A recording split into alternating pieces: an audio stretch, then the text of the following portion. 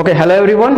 I welcome you all on this platform, and in today's particular video we are going to study the very first poem of class 10th, Dust of Snow by Robert Frost. Okay guys, the first we must know about Robert Frost. Robert Frost is an American poet, you can say he's an American realistic poet as well. Realistic poet. Okay, Robert Frost is an American realistic poet. As he is a realistic poet, his all poems depict reality of life, attitudes of human beings, sufferings, happiness. Okay, so as I said, Robert Frost is an American poet. So this poem is all about reality of life, about human beings, how much we believe in superpositions, how much be negative, ठीक है, how much negative we are. Okay guys, so once I read the poem, we will discuss some words, poetic devices and rhyme scheme as well. ठीक है, then we will try to understand the deepest, that is the metaphorical meaning of the particular poem. Okay, so let's read first. The way a crow swooped down on me, the dust of snow from a hemlock tree. ठीक है, here a word is hemlock tree. What is hemlock tree? Hemlock tree, a poisonous tree. Hemlock tree is a poisonous tree with white flowers. Okay guys, hemlock tree is a poisonous tree with white flowers. Has given my heart a change of mood and saved some part of a day I had rued. And here the second word is rued. Rued means a period of time that has been held in regret. ठीक है, जो time आपने regret में spend कर दिया, ठीक है, कुछ निगेटिव सोचते रह गए, ठीक है, उस टाइम को हम लोग बोलते हैं rued. Okay, so first we see the rhyme scheme of the poem. Here you can see crow, snow, me and tree. First stanza में आप you can see crow, snow. Here A, me and tree. आप बोल सकते हो ये B and B. Next stanza में आप you can see heart, part, mood, rude. Same sound हो रहा है ना, ठीक है, आप जानते हो ना राइम स्कीम, ठीक है, क्रो स्नो साउंडिंग सेम होना चाहिए, मी ट्री, इसलिए दोनों को एक से कंसीडर किया गया, एंड बी भी आप यहाँ पे देखोगे हॉट पार्ट, इसको आप बोल सकते हो C, this is also C, mood, rude. ठीक है, तो the rhyme scheme of the poem is A B C D. This is the rhyme of scheme of the particular poem. ठीक है, let's discuss some poetic devices. Okay, here you can see the repetition of vowel sound O in the second line. ठीक है, repetition of vowel sound is called assonance. अब ये word जो है basically word के middle में, and में, last में, कहीं पे भी हो सकता है. ठीक है, ये लेटर वर्ड के मिडिल में, एंड में, लास्ट में, कहीं पे हो सकता है. वॉल साउंड का रिपीटेशन एक लाइन में, दैट इज कॉल्ड एसोनेंस. ठीक है, और आप देख सकते हो अगर इस स्टेंजा को आप देखोगे ना, ठीक है, तो यहाँ पे जो स्टार्टिंग हुआ ना और एंडिंग, कहीं पे कोई भी पाउस नहीं है, ना ही कोई कॉमा, ना ही फुल स्टॉप, ये 4 लाइन, ठीक है, एकदम डायरेक्ट जो है कंप्लीट कंटिन्यू है. ठीक है, तो ऐसे पोएटिक डिवाइसेस को हम लोग बोलते हैं इंजाबमेंट. ठीक है, तो दोनों स्टेंजा में क्या, कौन सा एक पोएटिक डिवाइस इंजाबमेंट का यूज किया गया. Next is assonance, and here you can see repetition of consonant sound S. ठीक है, this is called alliteration. Alliteration क्या होता है, repetition of same consonant sound. ठीक है, वर्ड्स प्लेस्ड क्लोजली. ठीक है, क्लोजली प्लेस्ड वर्ड में जो कॉन्सोनेंट साउंड का जो इनिशियल लेटर होता है सेम कॉन्सोनेंट साउंड से किया जाता है, दैट इज कॉल्ड एलिट्रेशन. अपना लास्ट सेंटेंस में देख सकते हो repetition of D. Repetition of same consonant sound, वो वर्ड की स्टार्टिंग में हो सकता है, मिडिल में हो सकता है, एंड में हो सकता है, that is called consonants. Okay, so here you can see 4 poetic devices are used in this particular poem. Okay, Now we try to understand the metaphorical meaning, deepest meaning of the particular poem, what the poem want to depict. ठीक है, okay guys, let's see. ऐसा इस poem में आप देख सकते हो, ठीक है। यहाँ पे देखोगे कि एक क्रो को कंसीडर किया गया है, ठीक है, एक हेमलॉक ट्री है, ये इसका मतलब आप समझ पा रहे हो, ठीक है। क्रो, हेमलॉक ट्री, ये किस चीज का सैंबल होता है, ठीक है। क्रो को आप देखोगे, ठीक है, तो क्रो को हम लोग अपने रियल लाइफ में क्या मानकर चलते हैं, ये एक मॉर्निंग का सैंबल है, ठीक है, इसे हम लोग निगेटिव मानकर चलते हैं, ठीक है, एक सौरो का सैंबल होता क्रो। आप देखोगे हेमलॉक ट्री को कंसीडर किया गया, तो हेमलॉक ट्री भी क्या एक पॉइजनस ट्री है ना, ठीक है, तो ये भी किस चीज का सैंबल हो गया, नेगेटिव का, मॉर्निंग का, ठीक है। अच्छा, अब यहाँ पे देखोगे इस पोएम को पढ़ने से हमें पता चल गया ना कि राइटर का मूड भी क्या है, सैड है, वो ग्लूमी मूड में है, ठीक है, ग्लूमी मूड में। आगे पढ़ने से पता चल गया कि उनके यहाँ पे लिखा हुआ है has given my heart a change of mood. इसका मतलब जब मूड में चेंज हुआ, इसका मतलब पहले उनका मूड कुछ और था, ठीक है। अब देखो कैसे पता चला कि उनका मूड हैप्पी था, वो पोएम पढ़ने पे हमें पता चलेगा, ठीक है। तो आप देख रहे हो कि चारों तरफ निगेटिविटी ही है।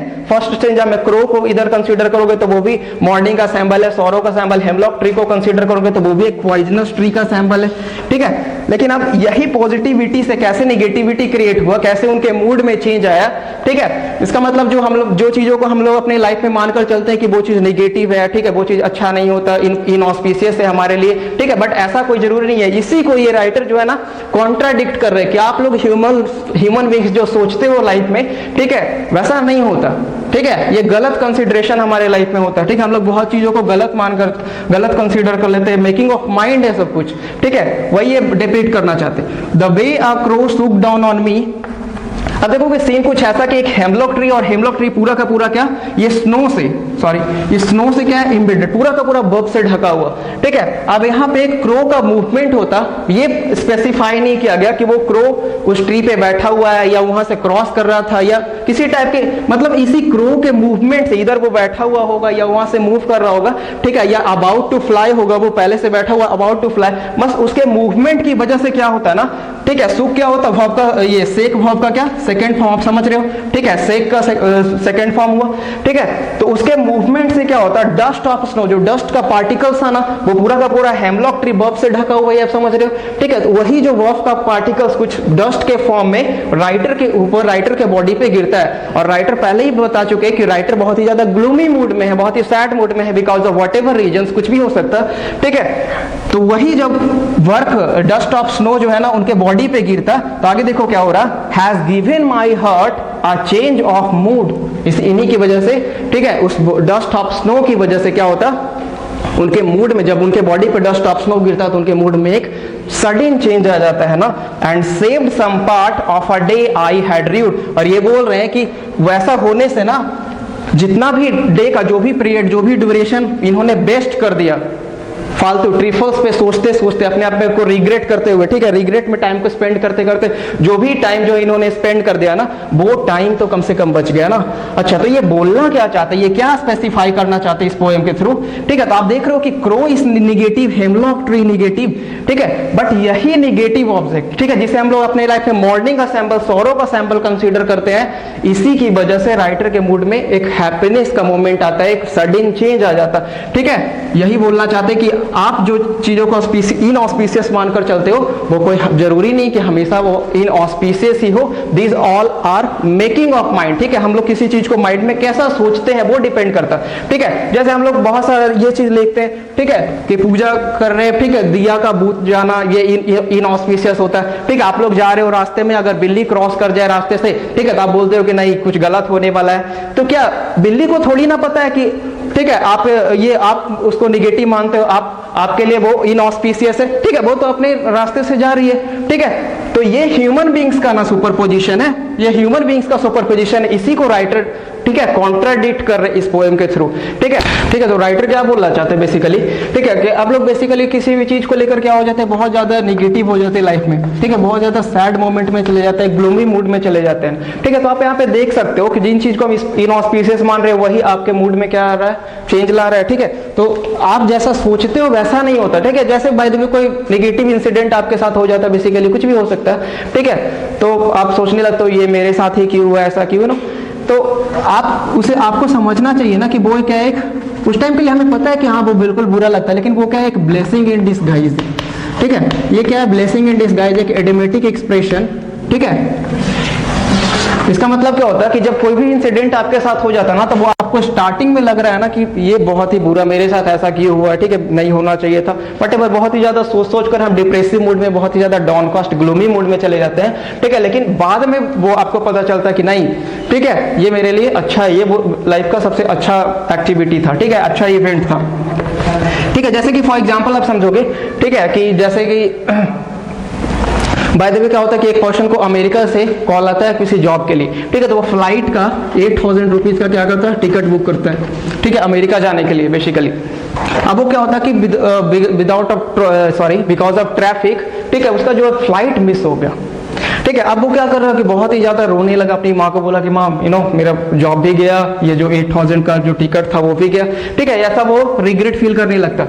तो कुछ देर के बाद ये न्यूज आता ना कि जो फ्लाइट टेक ऑफ किया था ना अमेरिका के लिए, वो रास्ते में ही क्रैश कर गया है। ठीक है, तो इससे आप क्या समझ रहे हो, इसमें आप समझ रहे हो कि इनिशियली आपको लगा कि नहीं ये मेरा फ्लाइट मिस हो गया, मेरा जॉब भी गया। ठीक है, आप कितना डिप्रेसिव मूड में चले जाओगे, कितना सोचने लगोगे कि मेरे साथ ही ऐसा क्यों हुआ, लेकिन लास्ट में आप देख रहे हो कि वही फ्लाइट जाकर क्रैश हो गया। इसका मतलब वो जो एक्टिविटी हुआ आपके लिए अच्छा था या बुरा था, आप खुद बताओ। लाइफ से बड़ी चीज तो कोई नहीं ना हो सकती। ठीक है, लाइफ है तो सब कुछ है।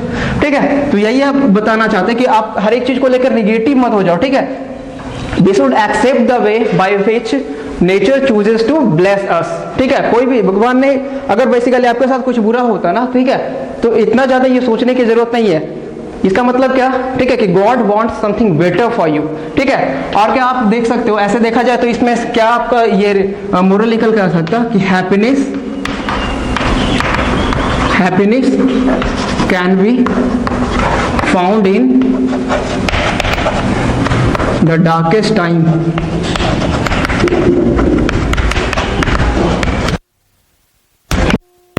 ठीक है, ये देखो जैसे कोई भी बेसिकली ये देख सकते हो डार्केस्ट मोमेंट है लाइफ का। ठीक है, उसमें भी हैप्पीनेस छुपा है, बस आपको ढूंढना। कोई भी नेगेटिव इंसिडेंट था उसमें भी एक पॉजिटिविटी है, बस आपको ढूंढने की जरूरत है। ठीक है, दूसरा आप समझ सकते हो ना कि इनऑस्पिशियस things also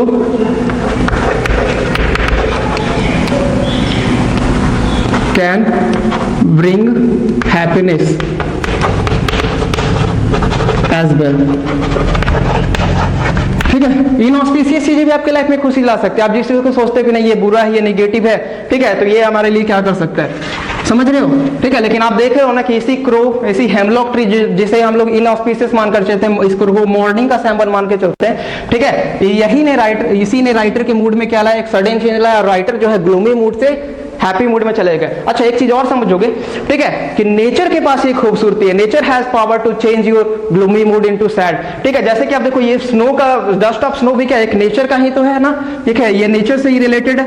ठीक है, डस्ट अब स्नो की अगर हम बात करें, ठीक है, जब भी आप सैड मूड में होते हो ना, आप जब नेचर के क्लोज जाते हो, ठीक है, जैसे कि बेसिकली आप बहुत ही ज्यादा ग्लूमी मूड में हो, कुछ सोच रहे हो, बहुत ही ज्यादा डिप्रेसिव मूड में हो, ठीक, और अगर बारिश होने लगती है, ठीक है, तो क्या आपके मूड में चेंज नहीं आता। ठीक है, आप हैप्पी मूड में नहीं चले जाते हो। ठीक है, आप बारिश को एंजॉय करने लगते हो। ठीक है, आप जब भी डिप्रेसिव मूड में कुछ सोच रहे हो, आप नदी के किनारे चल के बैठ जाओ, एक ब्यूटीफुल सीनरी में, गार्डन में चले जाओगे, आपके मूड में एक चेंज आता। तो कहीं ना कहीं नेचर में एक खूबसूरती है, नेचर के पास एक पावर है आपके मूड को चेंज करने। ठीक है, everything happens for something good. ठीक है, कोई भी चीज होता है ना तो कुछ अच्छे के लिए ही होता है। ठीक है, यही बोलना चाहते राइटर। अच्छा, एक चीज और समझोगे, ठीक है, ये स्माइल, हमारी जो स्माइल है, ये भी तो नेचर ने हमें दिया ना। बताओ, ये स्माइल जैसी खूबसूरत चीज भगवान ने सिर्फ इंसान को दिया।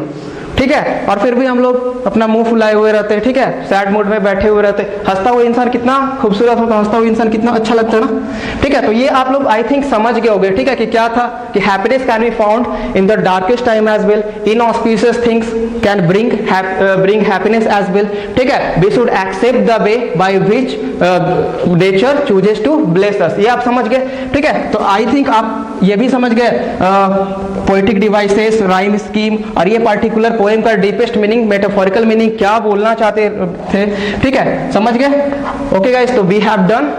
नेक्स्ट वीडियो में हम लोग इसका सेकंड पोएम ठीक है, फायर एंड आइस, ठीक है, उसको डिस्कस करेंगे। ठीक है, तो let's see you in the next video. Keep smiling, keep practising, take care, bye.